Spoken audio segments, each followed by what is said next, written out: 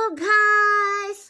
Good morning, good morning! Happy Friday po sa ating lahat at God bless you po sa ating lahat mga kapatid at sana po ay pagpalain tayo ng may kapal. Ayan, mga kapatid, nandito na naman po si Malo de los Santos para po ay ikwento na lang natin po yung buhay ni Daddy Frankie at siguro po napapanood naman natin at alam natin kung ano si Daddy Frankie. Ano po?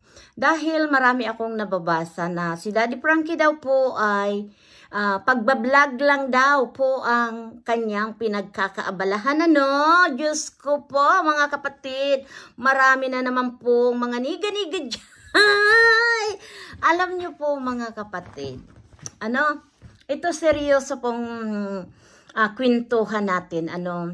Bilang isa pong tagahanga po ni Daddy Frankie mula noon na siya po ay nag-umpisa ng pagiging charity vlogger niya. Kami po ay nakasubaybay dyan. At yun nga,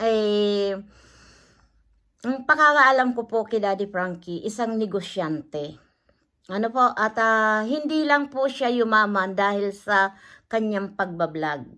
Kasi sabi niya, ay, yumaman lang yan si Frankie. Ano ba? Kasabi, Frankilot. Pero yan po talaga si Daddy Frankie. Isang negosyante na po yan. Ang bahay niya po ay talagang, masasabi natin na nasa lugar na talagang mayayaman sa Makati. Ano? At alam ko po si Daddy Frankie ay iyon mayroon po siyang taniman, palayan at restaurant. Ano po? Kaya ang Daddy Frankie po, hindi natin sasabihin na puro pagbablog lang ang alam. Kagaya nga yun, panoorin nyo po sa channel ni Daddy Frankie. Ako hindi na po ako gumagamit ng video dahil upaubaya na natin po sa kagaya po ni Daddy Frankie na siya po ang original na may video. Wag na natin po na pwede naman tayong kumuha para may mga ebidensya tayo. Pero no need na po dahil wala naman tayong ginagawang masama at hindi naman natin po mima-mima lang ang sinasabi natin dito. Dahil lahat naman po siguro tayo ay napapanood natin si Daddy Frankie. Ano? Ang masasabi ko lang po dito, kaya ako'y gumagawa ng kwento dahil yung paghanga natin. Bilang tagapaghanga po ng isang charity vlogger like Daddy Frankie, para natin pong naipapahayag po kung ano po yung napapanood natin. Ano? Nakakatuwa po yan dahil si Daddy Frankie po, ang asawa ko po, pag dumating na, nakabukas at pinanonood niya. Like po, Ate Maricel, yung unang upload niya po dito sa kanya, na-interview niya at dinalahan niya nga po ng bigas at binigyan niya po ng 10,000. Nakakatuwa po yun dahil napatawa po ako yung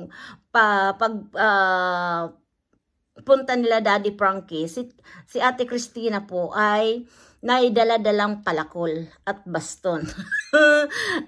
Ano ba magagawa natin po mga kapatid kung tayo'y natawa talaga ako doon, tawang-tawa talaga ako, na kung tayo talaga po ay sasadyain gagawaan tayo ng mga kalukuhan ng mga ibang tao, ano po ang magagawa natin doon sa dala-dala nating palakol, di ba?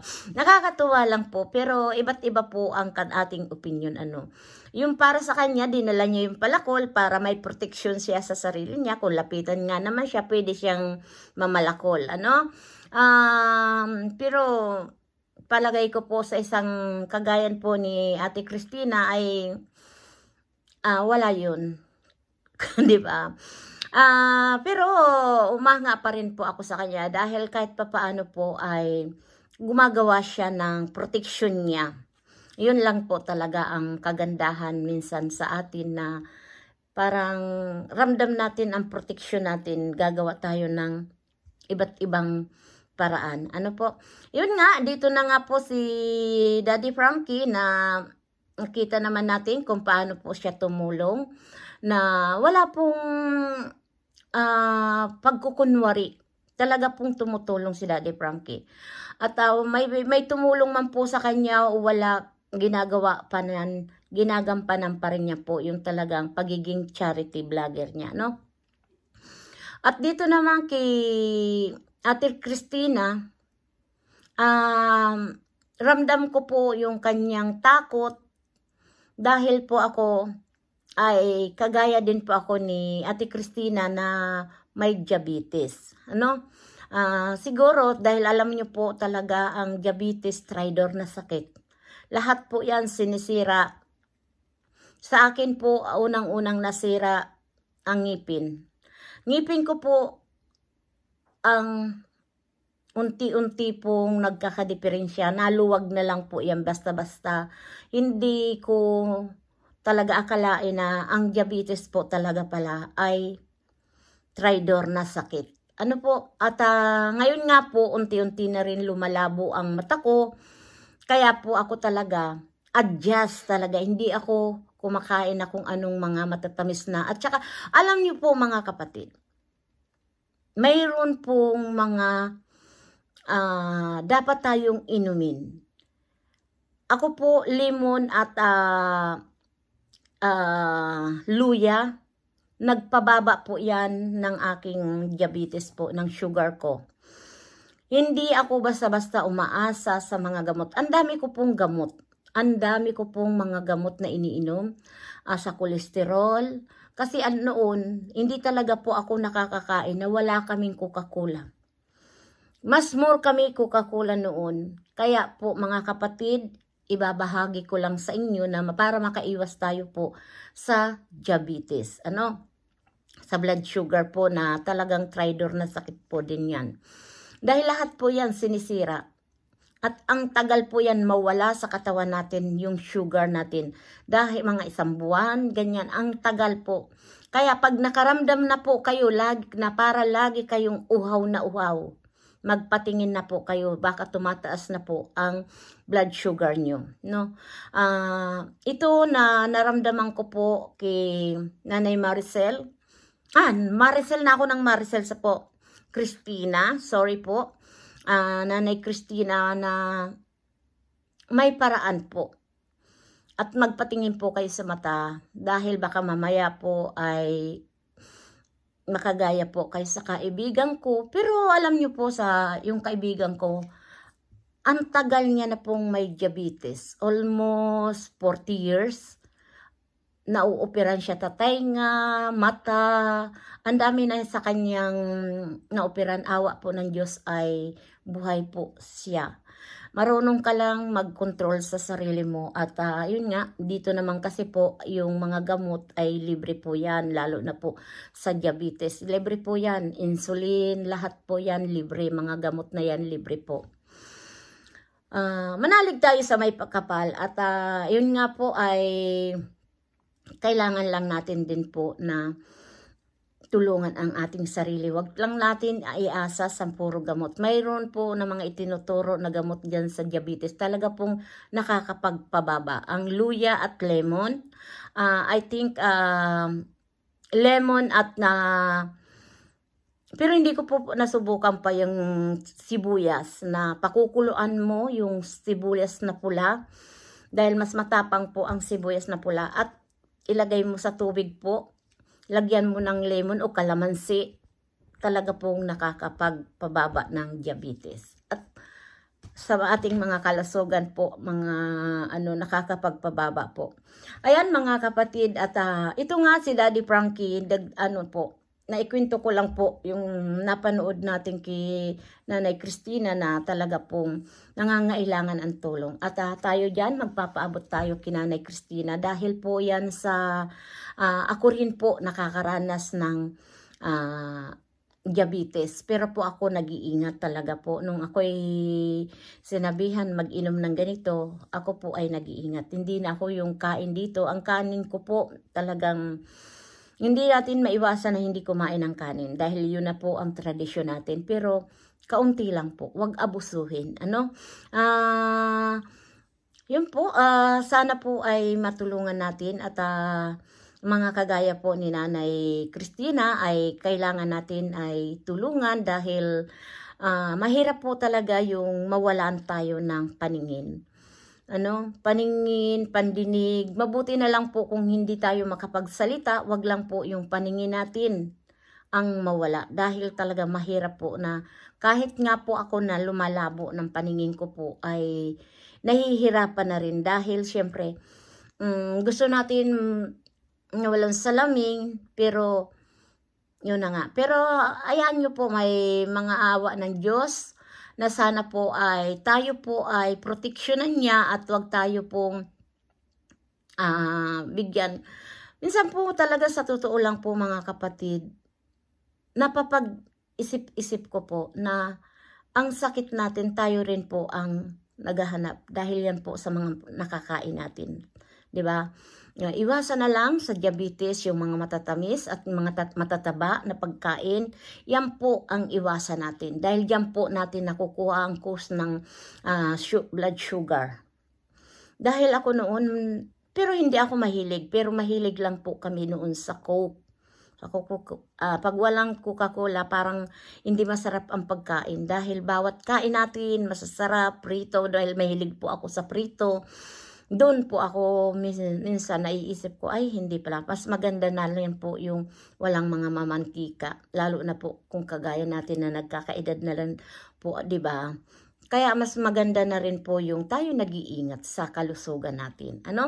At dito nga kay Daddy Frankie ay wag naman natin po tayo masyadong mapanghamak, mapang-api. Dahil si Daddy Frankie po, hindi lang po charity vlogger. Na hindi lang po siya yumaman sa pagcha-charity niya. Si Daddy Frankie po isang negosyante rin po. Kaya yung mga nagsasabi na nagpapayaman si Daddy Frankie, huwag tayong ganun. Dahil si Daddy Frankie po, may kabuhayan na po yan at may restaurant po yan. Bago pa man po yan naging charity vlogger, ay isa na po yan na negosyante. Kaya huwag tayo masyado pong akala natin na yun lang si Daddy Frankie ang ginagawa. Marami pong ginagawa. Basta panuorin po natin si Daddy Frankie at malalaman niyo po kung ano po ang pinagkakabalahan po ng isang Daddy Frankie. Ayan, suportahan po natin si Daddy Frankie at patuloy natin pong tulungan po ang kanyang mga ginagawa, lalong-lalo na po ang pagtulong niya sa ating mga kababayan na nangangailangan po ng tulong. Hindi po yung kay Daddy Frankie na pupunta doon sa mga tinutulungan like Kuya Oliver, di ba? Na mangangailangan po ng tulong si Kuya Oliver dahil po yan sa kanya pong operasyon. Hindi ko lang po alam kung naoperahan na po si Kuya Oliver. At ang nakakatuwa pa po kay Daddy Frankie, yung kanyang mga beneficiary na may mga kapansanan po sa pag-iisip, yan po ay natutulungan. Nagagabayan ni Daddy Frankie sa maging active yung kanilang pag-iisip. Yung pag nagbilad ng palay, ay sila po ay nagsasamsam ng palay. Iyan po ang isang napakagandang Daddy Frankie dahil hindi niya inaayaan ang kanyang mga beneficiary na may kapansanan sa pag-iisip na doon na lang ang kanilang buhay. At unti-unti niya pong ginagabayan na yun nga po, malibang kung ano man ang naiisip nila na yun ang pwedeng makasakit sa kanilang pag-iisip na nadidepress po, ay napakaganda po yung training ni Daddy Frankie na gabayan na magtrabaho kahit pagwalis ng palay, mag-ipon ng palay. Napakaganda po yung ginagawa ni Daddy Frankie. Saludo ako sa iyo, Daddy Frankie, dahil yun po talaga ang naganda sa isang beneficiary na may rumpong kapansanan sa pag-iisip.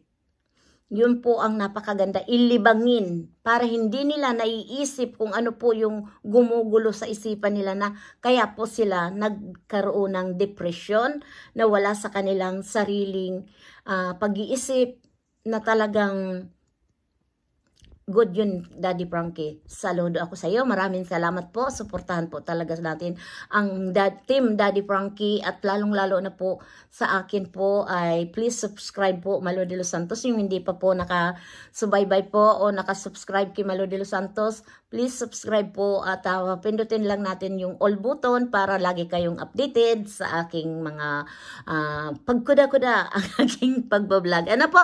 At marami pong salamat talaga doon sa suporta ninyo sa akin na ramdam ko po yung pagmamahal nyo kay Malo de los Santos. Shout out po sa Rochelle community. Please support natin po si Rochelle, si Ruel of Malalag, at siyempre po si Daddy Frankie at iba pang pong mga vlogger, mga charity vlogger, supportahan natin. Basta po tayo ay love po, di ba? At magpapasko na po, wag na tayo po yung galit. Panatiliin po natin na kalmado, maging mabuting tao para po yan ay si God may blessing po sa atin. Di ba? Ayan po. Maraming salamat. God bless you po sa inyong lahat. Bye-bye!